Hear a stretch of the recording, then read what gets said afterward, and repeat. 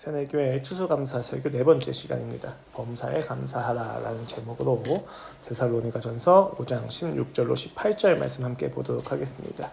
데살로니가전서 5장 16절 18절 말씀입니다. 저희는 지난 추수감사 예배를 드리면서 감사의 본질이 무엇인지를 조금 더 깊이 보곤 했었습니다. 그러나 감사의 본질에 있어서 가장 핵심적인 것은 결국 구속하신 하나님의 영광과 그 예수 그리스도의 사랑에 대하여 반응하는 것이 우리의 감사다라고 말씀을 드린 바가 있습니다. 그런데 오늘 저희는 감사가 명령되어지는 부분이 있어서 그 명령되어지는 부분에 대하여 함께 살펴보기를 원합니다. 데살로니가전서 5장 16절로 18절 말씀입니다. 짧은 관계로 함께 봉독하여 드리도록 하겠습니다. 시작! 항상 기뻐하라, 쉬지 말고 기도하라, 범사에 감사하라. 이것이 그리스도 예수 안에서 너희를 향하신 하나님의 뜻이니라. 오늘 본문은 사실 예수님을 믿는 분뿐만이 아니라 믿지 않는 분들도 익히 들었던 말씀이라 생각합니다. 특히 범사에 감사하라, 모든 일에 어떤 처지에서라도 감사하라고 하는 오늘의 말씀은 성경이 아니더라도 우리는 자주 어렵지 않게 들을 수 있는 조언이고 삶의 통찰 어린 격언이기도 할 것입니다. 작은 일에도 고마움을 느끼는 사람은 쉽게 무너지지 않는다. 감사는 고난 속에서도 꺾이지 않는 가장 단단한 뿌리이다 라고 법정 스님이 이야기했었고, 삶이 잘 풀리든 안 풀리든 내가 베푼 일의 보상이든 그 배반이든 모두 다 은혜입니다. 형편이 좋아져도 어려워져도 모두 다 은혜입니다 라고 원불교의 창시자인 소태산이 이야기하기도 했습니다. 우린 이처럼 감사에 대해서 기독교에서 말씀하는 그리고 명령하는 감사와 크게 다르지 않은 것처럼 여겨지는 다른 종교들의 혹은 일상적인 조언들을 보곤 합니다. 그렇다면 기독교의 감사는 무엇이 다르냐라는 것이죠. 다릅니다. 그 감사의 내용 자체가 그리고 대상이 다르기 때문에 다르다라고 이야기할 수 있습니다. 불교는 모든 일을 감사하지만 기독교는 모든 일 가운데에서 감사합니다. 무엇이 다르냐라고 이야기했을 때 여러분, 우리가 하는 감사의 내용은 단순히 우리가 마주하는 어떤 상황을 감사하는 것이 아니라 그 상황 속에서 하나님께 감사한다는 감사의 대상이 다르다고 하는 점에서 독특성이 있다라고 우리는 이미 이야기한 바가 있습니다.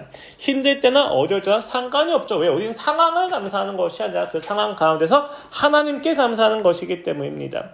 그 이 감사의 독특성은 예수 그리스도의 구속사적인 은혜에 있다라고 우리는 알 수가 있습니다. 우리는 그분의 구원과 그 구원에 담겨진 사랑과 은혜에 감사하는 것이죠. 반면 다른 종교들은 그런 것과 상관없이 감사를 판매하는 것에 가깝습니다. 자신들의 존재가 상호적이고 자신들의 존재가 그냥 이루어지지 않았다고 하는 일상적인 깨달음 속에서 그들은 감사를 주장하는 것이죠. 그렇게 감사를 하면 인생이 더 잘 풀리고 혹은 더 큰 깨달음을 얻기 위한 수단으로서 감사가 조건과 자격으로서 제한이 되고 있다는 점, 이것은 우리와 명백하게 다른 사실로서 보입니다. 기독교는 단순히 긍정적인 사고방식이나 불교 그리고 유교에서 말하는 감사의 태도를 이야기하는 것과는 좀 많이 다릅니다. 우리의 감사는 분명한 대상과 그 대상이 행하신 일에 대한 것이기 때문입니다. 이때 우리의 감사는 하나님께서 베푸신 은혜에 대한 반응으로서 나타나는 감사일 것입니다. 그런데 오늘 본문을 보면 좀 이상하죠. 왜 그렇습니까? 오늘 본문은 감사를 반응하라라고 이야기하지 않고 감사해야만 하는 상황이 있다거나 이런 식으로 얘기하지 않고 감사를 명령합니다. 기도까지는 이해가 되죠. 기도는 명령할 수 있다고 치지만 기쁨과 감사라고 하는 어떤 특정 감정처럼 여겨진 것을 어떻게 명령할 수 있겠습니까? 명령한다고 되는 것이 맞습니까? 누가 기쁨을 그리고 감사를 명령합니까? 감사는 되어지는 것이죠. 기쁨도 되어지는 것이지 않습니까? 그런데 왜 명령하냐는 것이죠. 힘든 처지 안에서 예수 그리스도가 은혜가 있으면 우리가 자연스럽게 감사가 되어지겠죠. 그런데 여기서 감사를 명령하는 것이 우리는 이해할 수가 없다는 것입니다. 그래서 오늘 우리는 바울이 감사를 명령하는 이유를 깊이 있게 보면서 그리스도인이 이 땅에서 무엇과 싸우고 있는지를 분명하게 보고자 합니다. 이렇게 시작하면 좋을 것 같습니다. 예수 그리스도께서 돌아가시고 부활하신 이후에 하늘 아버지 곁으로 승천하십니다. 그리고 약 500명의 제자들이 그 복음의 소식을 보게 된 것이죠. 하지만 지중해 국제무역의 중심지 중 하나인 그리고 부동항을 자랑하는 데살로니가 도시 사람들은 예수님의 소식을 듣기에는 너무 멀리 있었습니다. 또한 너무 많은 신들이 이미 그들의 도시에 자리를 잡고 있었죠. 매년, 매달, 매일 신들의 축제가 벌어지고 있는 현장입니다. 유대인들끼리는 따로 모여서 율법을 나누고 있었죠. 무엇이 문제인지 무엇이 결핍인지 모르는 이들의 잔치가 가득한 상태고 그런 도시였습니다. 하나님 없이도 살아갈 수 있는, 그리고 그렇게 살아온 이들이 모여있는 곳이 데살로니가 도시라는 것이죠. 그런데 어느 날 이 데살로니가 도시에 두 사람이 걸어 들어옵니다. 그 도시가 난리가 났습니다. 많은 유대인들과 경건한 이방인들이라고 일컬어지는 유대인들에 대해서 호감을 가지고 있는 그리스인들, 그리고 상류층에 속하는 여인들이 예수 그리스도를 믿기 시작한 것입니다. 짧은 시간이었지만 사도행전 17장은 그 두 사람의 이름을 바울과 실라라고 밝히고 있습니다. 그리고 데살로니가에서 로마 세력과 결탁되어 있는 유대인들이 들고 일어나서 불량배들을 모아다가 끌고 가서 이들 잡아 핍박하기 시작합니다. 그리고 예수님의 십자가에 못 박았던 그때와 같은 명분 무엇입니까? 이들이 황제를 두고 왕이 있다고 하더이다. 영모죄를 뒤집어 씌운 상태에서 그들을 계속 핍박하며 로마까지 끌어들이고 있는 일촉즉발의 상황이었습니다. 다행히 그 하루는 보석금을 주고 풀려났지만 3주 동안 형성된 신앙 공동체는 바울과 실라를 염려해서 그들을 베레아로 보냅니다. 무서운 것은 그럼에도 불구하고 데살로니가에 있는 유대인들이 위협을 느끼면서 끝까지 그들을 따라가서 핍박을 하기 시작한다는 거죠. 그렇게 2차 전도행이 계속해서 진행이 되어집니다. 여기서 우리가 주목할 건요, 데살로니가에서 이토록 많은 핍박을 일으킬 정도로 그리스도인들이 모여서 예배드린 현상은 3주였다는 것입니다. 바울과 실라가 3주 동안 활동한 결과로서 유대인들이 위협을 느낄 정도로 복음이 아주 강력하게 증명이 되었다는 것이죠. 그런데 너무 짧은 시간이었기에 이들은 그 복음의 기초가 조금 부족했는지도 모르겠습니다. 그런데 놀라운 사실은요, 3주간 짧은 시간인데도 불구하고 나중에 디모데가 다녀오면서 바울에게 이와 같이 이야기하는데, 그 소식을 듣고 바울이 데살로니가 전서를 쓸 때 이렇게 그들을 칭찬합니다. 데살로니가 전서 1장 7절 말씀이죠. 그러므로 너희가 마게도냐와 아가야에 있는 모든 믿는 자의 본이 되었느니라. 놀랍죠. 단 3주 동안 복음을 듣고 세워진 그들이 그 핍박을 견디는 신앙을 통해서 바울은 그것이 모범이 되었다고까지 이야기합니다. 주의 말씀이 너희에게로부터 마게도냐와 아가야에 들릴 뿐 아니라 하나님을 향하는 너희 믿음의 소문이 각처에 퍼졌으므로 우리는 아무 말도 할 것이 없도다. 야, 뭐 더할 조언이 없을 정도로 너희가 훌륭하게 잘 버티고 있다라고 이야기하는 것이죠.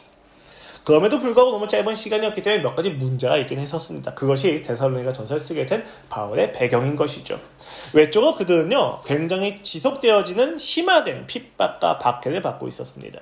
그리고 더 큰 문제는요, 그 안에서 해소되지 않는 문제들로서 결정적으로 종말론과 관련되어서 그들이 의문을 품기 시작했다는 것입니다. 첫 번째는요, 예수님이 다시 오시는 것을 기다리고 있는데 다시 오시기 전에 죽은 자들은 어떻게 되는 것이지? 라고 하는 거에 대한 혼란이 있는 거예요.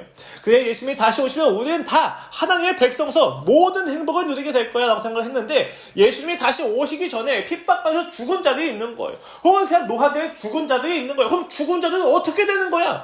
그들은 거기서 박탈된 것이 아닌가? 라고 하는 것에 대한 질문과 의문이 들기 시작했다는 거죠. 그리고 두 번째는요, 주의 날이 이미 온 것이 아닌가에 대한 혼란이 있었던 겁니다.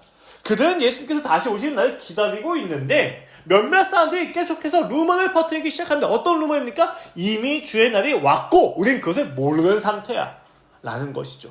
이건 역시도 자신들의 구원이 박탈된 것은 아닌지에 대한 불안을 가지게 하는 것이죠. 그리고 마지막 세 번째로 종말론적 열광주의자들이 그들 안에서 주장을 하기 시작합니다. 무엇입니까? 어차피 예수님이 다시 오시면 싹 다 사라질 건데 뭘 그렇게 열심히 사느냐 하는 거예요. 우리가 뭐 이렇게 열심히 일할 필요가 있냐? 우리가 이토록 열심히 핍박을 당할 필요가 있냐? 그냥 대충 살자라는 것입니다.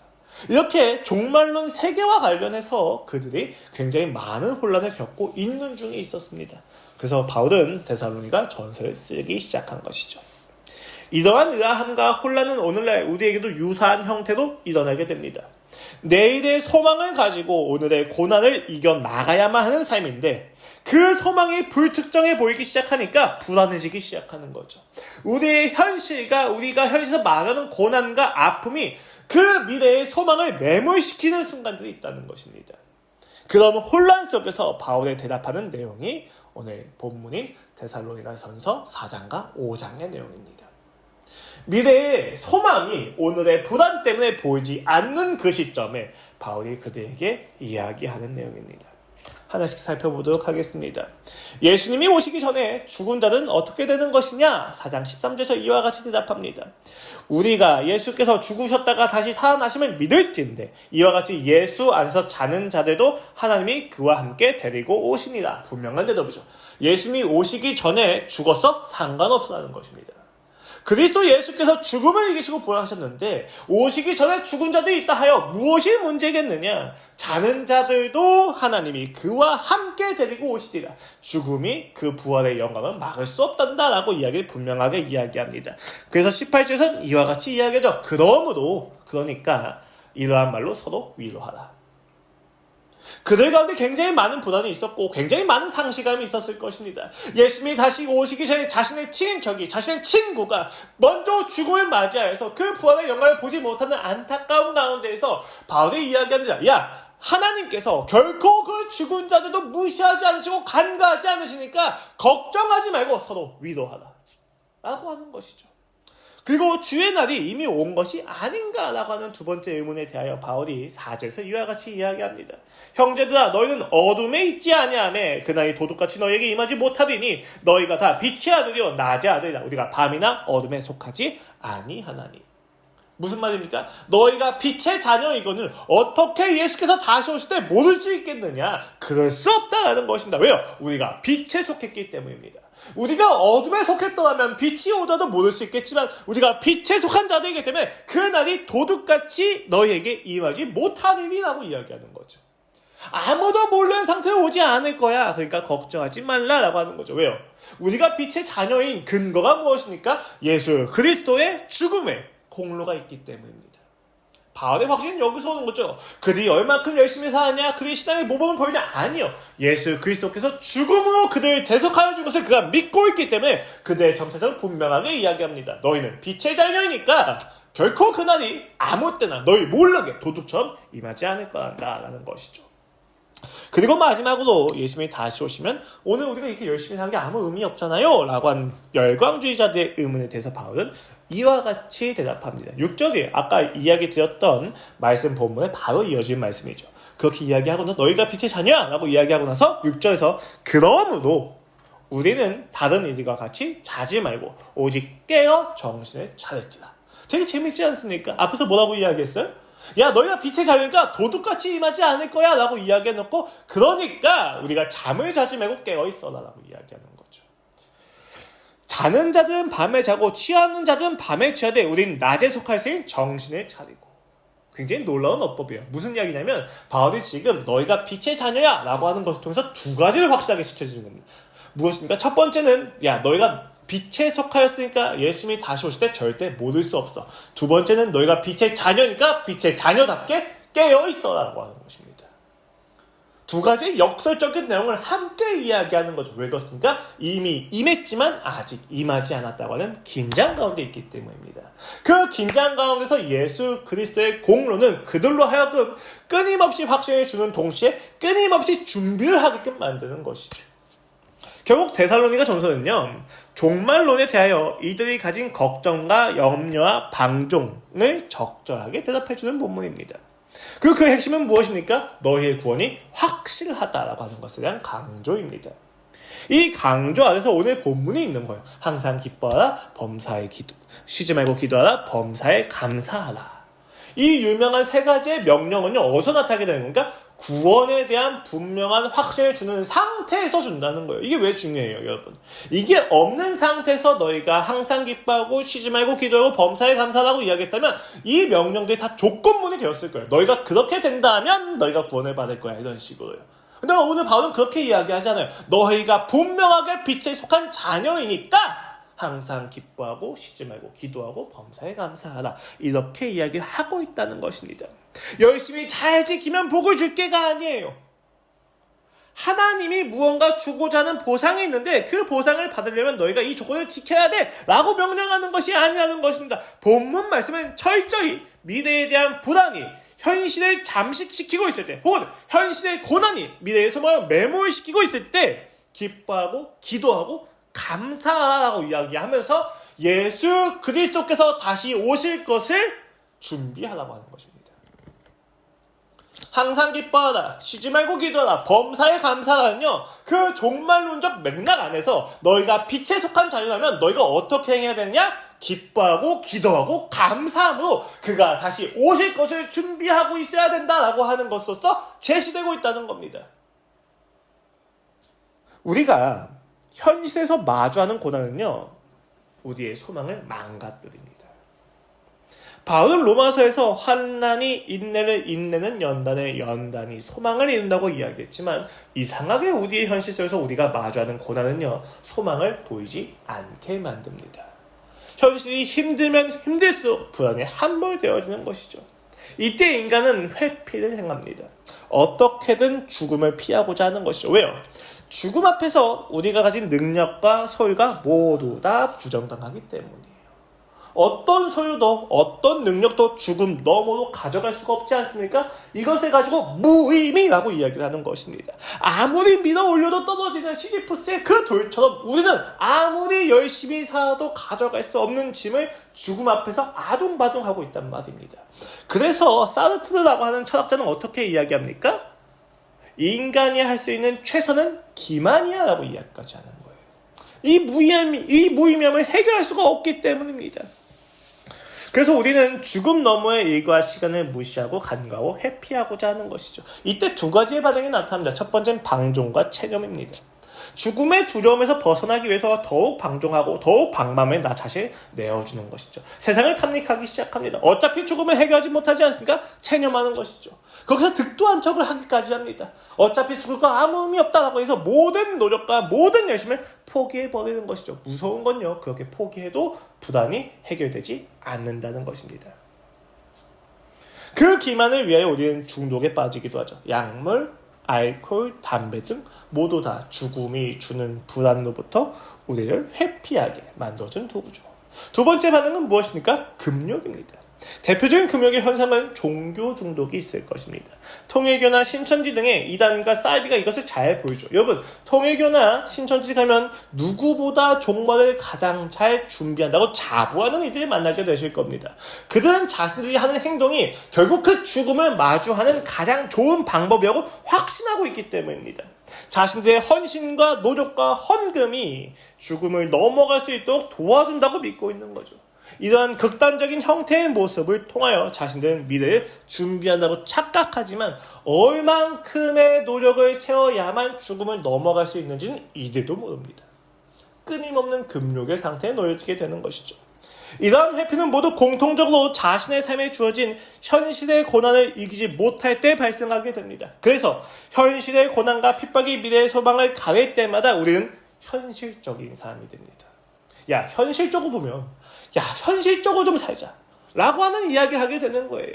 하나님의 말씀 앞에서 우리는 그렇게 현실적인 사람이 되어서 하나님의 일을 맡기 시작합니다. 왜요? 이게 되게 재밌죠? 여러분, 인간은요 고통을 못 견디는 존재가 아니에요. 인간이 못 견디는 건 고통이 아니라 고통에도 불구하고 무의미해지는 것을 못 견디는 것입니다. 근데 의미가 어디에서 오게 됩니까? 우리가 살아가는 노력과 고통을 견뎌내는 삶의 의미는 어디서 오는 것이죠? 그것은 결과에서 오게 됩니다. 열매에서 온다는 거죠. 가난한 집에서 자란 학생이 추후에 성공이라고 하는 열매를 맛보면 가난이 간증이 되어지죠. 오히려 자랑이 돼요. 왜요? 성공이라고 하는 열매가 있으니까 자신의 부도한 시절마저도 자랑이 되어지는 것입니다. 가난에 의미가 부여되어지는 것이죠. 근데 그가 평생을 영적으로 육적으로 가난하게 살면서 어떤 열매도 얻지 못했다고 생각을 한다면 그가 겪은 가난과 부도한 시절은 모두 다 수치와 부끄러움의 내용이 되어지게 됩니다. 원망의 내용이 됩니다. 이것을 우리는 견디지 못하는 것이죠. 이토록 열심히 처절히 버티고 견디고 살아왔는데 아무런 의미가 없는 것처럼 여겨질 때 우리는 절망이 다가오게 되는 것이죠. 끝나지 않은 고통처럼 여겨질 때, 열심히 버텨도 이미 소용없게 느껴질 때 우리는 좌절하게 된다는 것입니다. 인간은 고통을 못 견디는 것이 아니라 자신의 인생과 노력과 처참과 과거가 무의미하게 느껴질 때 그것을 견딜 수가 없게 된다는 것입니다. 그래서 인간은 현실적으로 변하는 거예요. 그 무의미함을 못 견디기 때문에 지금 당장 나의 현실에서 당장 느껴지는 보상이 있으면 무언가 의미가 있는 것처럼 느껴지거든요. 그런데 그 가운데서 바울이 이와 같이 이야기합니다. 결코 고통으로 끝나지 않을 거란다. 10절입니다.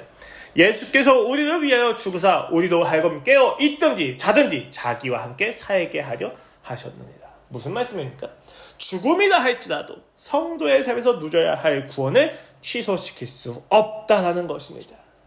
우리가 견뎌내고 버티고 처절하게 살아내는 이 현실의 순간순간이 의미가 있을 거다라고 분명한 기초를 제시해 줍니다. 뭡니까? 자든지 깨어있든지 간에 예수 그리스도께서 우리를 위하여 죽으사라고 이야기하지 않습니까? 그리고 함께 살게 하려 하셨느니라라고 이야기합니다. 우리가 현실에서 경험하는 모든 죽음과 모든 비참함과 모든 절망 가운데서 바울이 좌절하지 않고 낙심하지 않는 이유가 무엇입니까? 예수께서 우리를 위하여 죽으시고 우리와 함께 우리의 손을 붙잡고 살아나실 것을 확신하고 있었기 때문입니다. 그에게는 죽음을 회피할 이유가 없어요. 왜요? 이 죽음을 넘어가신 분이 있기 때문이에요. 그리고 그 죽음을 넘어가신 분이 내 손을 붙잡고 계시기 때문입니다. 우리는 그 무의미의 향연과 압도적인 핍박 앞에서 버틸 수 있는 힘을 가지게 된다는 거죠. 이러한 맥락에서 오늘 본문은 예수 그리스도의 구원과 사랑을 믿고 있는 이들이 어떻게 살아야만 하는지에 대하여 명령을 내리고 있는 것입니다. 하나님이 베푸시는 구원에 대한 확신, 죽음마저도 막을 수 없는 현실을 강조하면서 바울은 항상 기뻐하라, 쉬지 말고 기도하라, 범사에 감사하라라고 이야기합니다.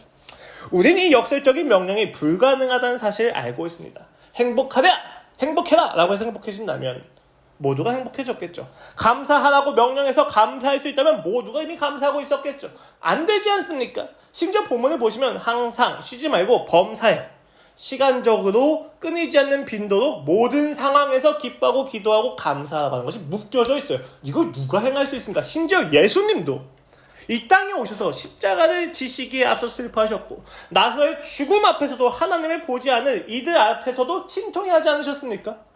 예수님도 못하신 거잖아요. 무슨 말씀입니까? 단순히 문자적으로 지키는 말씀이 아니라는 거예요. 불가능임이 전제되어져 있는 말씀입니다. 이런 경우에 명령은 어떤 것을 이야기합니까? 우리가 이 땅에서 주님이 다시 오실 때까지 어떠한 자세와 태도로 살아가야만 하는지를 분명하게 이야기해 주는 거죠. 현재의 고난과 미래의 소망 사이에서 불안이 엄습하는 순간들 속에서 하나님 나라의 사고방식을 가지고 신자답게 살아가라고 명령하는 것입니다. 그것이 무엇입니까? 기도와 기쁨과 감사라고 하는 것이죠. 무엇을 기뻐합니까? 상황이요? 아니요. 하나님을 기뻐하라고 이야기하는 거죠. 항상 어떻게 기도할 수 있을까? 어떻게 쉬지 말고 기도할 수 있습니까? 우리의 삶에서 하나님과 떨어지는 이 긴장 가운데에서 그가 다시 오시기까지 우리가 끊임없이 그를 의존하고 의지할 수밖에 없었기 때문에 쉬지 말고 기도해야 된다는 거예요. 그리고 왜 감사해야만 합니까? 그럼에도 불구하고 어떤 상황이든지 간에 단 한순간도 하나님이 우리를 향하신 사랑이 끊어진 적이 없기 때문에 감사하라고 이야기하는 것입니다. 종말을 앞에 두고 끊임없는 현재의 고난이 우리를 괴롭힐 때 그럼에도 불구하고 어떤 것도 하나님의 우리를 향하신 사랑이 끊어지지 않는다고 하는 신앙의 기초 안에서 우리가 행할 태도는 끊임없이 항상 기뻐하고 쉬지 말고 기도하고 범사에 감사하라라고 하는 내용인 거예요. 이것이 안 되는 순간순간들마다 우리는 어디로 돌아서야만 합니까? 데살로니가 전서에서 앞에서 기록했던 바와 같이 예수 그리스도께서 죽으사 우리의 손을 붙잡고 다시 살아나실 거라고 하는 그 교리로 다시 돌아가서 우리의 신앙을 살펴보라고 하는 것이죠. 그래서 명령인 것입니다. 끊임없이 고통 가운데서 무의미하다는 사실을 강요하고 압제하는 세상의 사고방식 아래에서 죽음도 하나님이 우리를 사랑하시고 하나님께서 우리와 관계 맺으신 것을 무의미하게 만들 수 없다고 하는 사실을 붙드는 것은 오로지 신앙의 사고방식 안에서 질서 안에서만 가능하기 때문입니다. 그래서 오늘 본문은 겉면 정도가 아니에요. 야, 기뻐하면 좋겠다. 야, 네가 좀 감사하면 좋겠다. 감사하면 이러이러한 유익이 있을 거야 라고 이야기하지 않고 감사하라라고 이야기하는 것입니다. 감정이 아니라 태도에 관한 이야기죠. 행동이 아니라 질서에 관한 이야기인 겁니다. 현재가 전부라고 외친 이 세상에서 현재의 보상만이 모든 것을 결정짓는다고 하는 세상의 사고방식에서 바울은 하나님의 최종 구원이 우리의 현재를 결정짓는다고 가르치는 것입니다. 무엇이 우리의 인생을 결정짓습니까? 무엇이 오늘 우리의 현실을 결정짓습니까? 예수 그리스도의 사랑이, 그 복음이, 그 부활이 우리를 결정짓는다고 바울이 확신하여 명령 내리고 있는 것입니다. 그래서 바울은 데살로니가 전서의 마지막에서 이와 같이 이야기합니다. 너희를 부르시는 이는 미쁘시니 그가 또한 이루시리라. 하나님께서 이루실 구원에 대한 확신을 그는 가지고 있다는 것이죠. 여러분, 왜 바울은 불가능을 명령하고 있는 것일까요? 우리는요, 불가능을 명령받을 때마다 좌절하게 됩니다. 그 비아냥되기까지 하죠. 왜요? 할 수가 없기 때문입니다. 그리고 할 수가 없다는 사실은 우리에게 좌절을 주고 버림당할까 하는 불안을 주게 만듭니다. 그러나 성경에서는요, 명령을 할 때 항상 그 앞에 너희가 이미 구원을 받았고 예수 그리스도의 구원이 이것이 이미 이루었다라고 하는 확신을 먼저 앞에 깔아둡니다. 그리고 나서 항상 접수사 무엇을 쓰죠? 그러므로 라고 하는 이야기를 쓰죠. 실천을 권면하는 것입니다. 실제로 오늘 실천적인 권면의 내용을 시작하는 11절도 그러므로 라고 시작을 하면서 오늘 본문까지 이어지게 되는 거죠. 하나님이 모든 것을 이루신 상태에서 불가능을 명령하셨더라면 무엇을 의미합니까? 모든 것을 이루셨다는 사실을 믿지 못하게 하는 모든 악한 세력과 싸우라는 것을 명령하시는 겁니다. 만약 확신이 없는 상태에서 명령을 하셨더라면 조건이고 자격으로 여길 수 없습니다. 자격으로 여겨질 수밖에 없죠. 또한 불가능한 이상에 불과하게 될 것입니다. 그러나 확실한 가운데서 우리에게 불가능을 명령하셨다면 이것은 조건과 자격이 아니라 초대입니다. 이미 다 이루었으니까 너희는 끊임없이 그 불가능함 가운데서 세상과 맞서 싸움으로 내가 다 이루었다는 사실 끊임없이 다시 한번 확인해야 된다는 것이죠. 항상 기뻐하라, 쉬지 말고 기도하라, 범사에 감사하라. 이는 예수 그리스도 안에서 너희를 향하신 하나님 아버지의 뜻이니라. 놀랍지 않습니까? 세상은요, 예수 그리스도 안에서를 빼버리는 거예요. 그리고 기뻐하고 기도하고 감사하는 것을 가지고 조건과 자격을 삼아서 보상을 받고 무언가 더 나은 것을 얻기 위한 수단으로 격화시킵니다. 아니요, 여러분, 기독교에서 기도와 기쁨과 감사는요, 그것이 명령되어지는 것은 이 땅의 질서 아래에서 이미 모든 것이 이루어졌다고 하는 확신 가운데에서 하나님 나라를 준비하는 자들의 태도와 그 태도에 대한 명령이라는 사실을 기억하셔야만 합니다. 불가능해 보이지만 불가능함을 행하면 행할수록 우리는 이미 그 불가능함이 이루어졌다는 사실을 확인하게 되는 것입니다. 구원의 확신, 죽음도 분리시키지 못하는 사랑을 확신함 위에서 불가능이 명령되었다면 이것은 배울 바가 있다고 하는 초대입니다. 불가능할 때마다, 실패할 때마다, 절망할 때마다 그 괴로움 가운데서 다시 와서 묻고 다시 와서 대화하고 교제하고 알아가라고 하는 것이죠. 무엇을 말입니까? 이미 이루신 하나님의 사랑을 매 순간 확인하라고 하는 초대까지 되어진다는 것입니다. 그러니까 그 행동을 단순히 이루는 것이 아니라 끊임없이 소망을 갉아먹는 현실의 고통이 나를 지배하려고 할 때마다 기쁨과 기도와 감사를 통해서 이 세상의 무의미함과 싸우라고 하는 것입니다. 마음을 지키라고 하는 것이죠.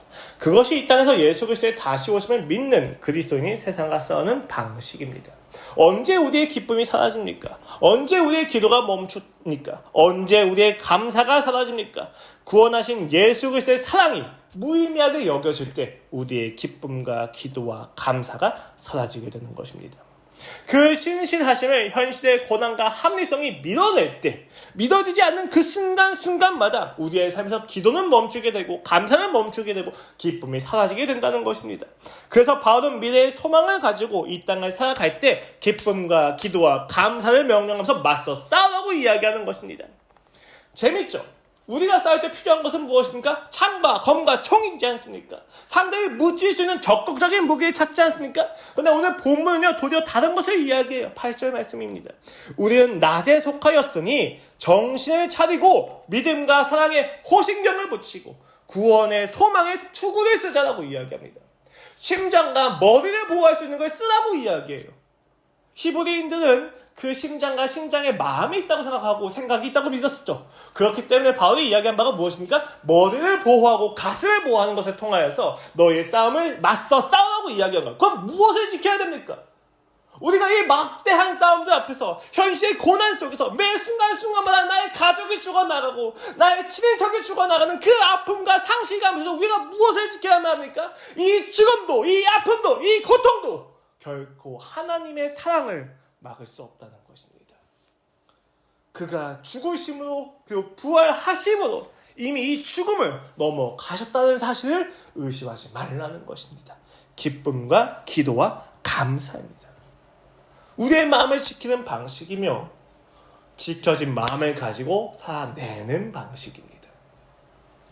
항상 기뻐하고 쉬지 말고 기도하고 범사에 감사하는 그리스도인들 보면서 세상 사람들은 저들은 어떻게 저 죽음 앞에서도 기뻐할 수 있겠는가?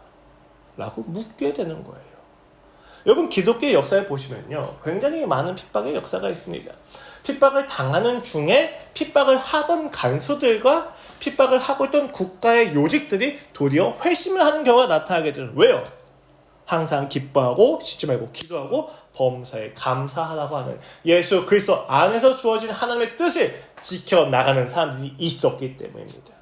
오늘 우리의 삶은 어떻습니까? 감사가 멈추지는 않으셨습니까? 기도가 멈추지는 않으셨습니까? 기쁨이 사라지지는 않으셨습니까? 만일 그러하다면 우리는 지금 이 싸움에서 지고 있는 중일지도 모르겠습니다. 그러나 여러분, 다시 한번 권면하건대 우리의 싸움은 결코 질 수 없는 싸움입니다. 패배했다고 느껴지신다면 다시 그 불가능한 명령을 행하십시오. 그리고 그 안에서 기도하십시오. 그리고 다시 한번 예수 그리스도의 사랑을 깊이 경험하시고 일어나십시오. 기뻐하고 기도하고 감사하십시오. 안 되겠죠. 안 될 것입니다. 우린 여전히 하나님이 주신 소망이 아니라 현실에 매여 있기 때문입니다. 불가능한 그 명령을 지키려 할 때마다 우리는 다시 한번 하나님 앞에 가서 현실의 고난을 가지고 원망할 것이 분명합니다. 그러나 여러분, 하나님은 그 원망 앞에서 결코 지지 않으십니다. 확실한 구원과 사랑을 알게 하실 것입니다. 그리고 다시 여전히 감사할 수 없는 현실, 무의미하게 느껴지는 현실 가운데에서 예수 그리스도의 은혜를 경험하게 하실 것입니다. 죽음도 막지 못하는 그리스도의 사랑과 우리를 끌고 가시는 신실하심을 믿으십시오. 그리하면 그 기쁨과 기도와 감사가 우리의 삶에서 멈출 수 없을 것입니다. 그리고 싸워 나가게 만들어줄 것입니다. 감사를 위하여 몸부림치는, 기쁨을 위하여 처절하게 살아가는, 기도를 치열하게 하려는 그 삶에서 우리는 마땅히 그가 승리하신 현실을 누리게 될 것입니다. 항상 기뻐하라. 쉬지 말고 기도하라. 범사에 감사하라. 이 말씀이 여러분의 삶을 지켜주시기를 소망하며 기도하겠습니다. 하나님 아버지, 감사합니다. 우리의 삶이 매 순간 힘들고 매 순간 소망이 없어 보입니다. 그러나 주님, 내게는 소망이 없을지 몰라도 예수 그리스도의 은혜와 부활은 우리에게 온전히 소망이 되어집니다. 주여, 그 소망을 붙잡게 하여 주시옵소서. 주여, 그 은혜 가운데 우리가 누리게 하여 주시옵소서. 아버지의 사랑을 믿게 하시고 아버지의 사랑 가운데서 기쁨과 감사와 기도가 회복되게 하여 주시옵소서. 우리가 기쁨과 감사와 기도를 명령받았으니 순종하여 주님께 나아가겠습니다. 매 순간 이 현실이 무의미하다고 속삭이는 세상 앞에서 예수 그리스도의 죽음과 부활이 환상과 같다고 이야기하는 합리성 앞에서 우리의 마음과 우리의 생각을 지키게 도와주시옵소서. 감사합니다. 주님, 예수 그리스도의 이름으로 기도합니다. 아멘. 각자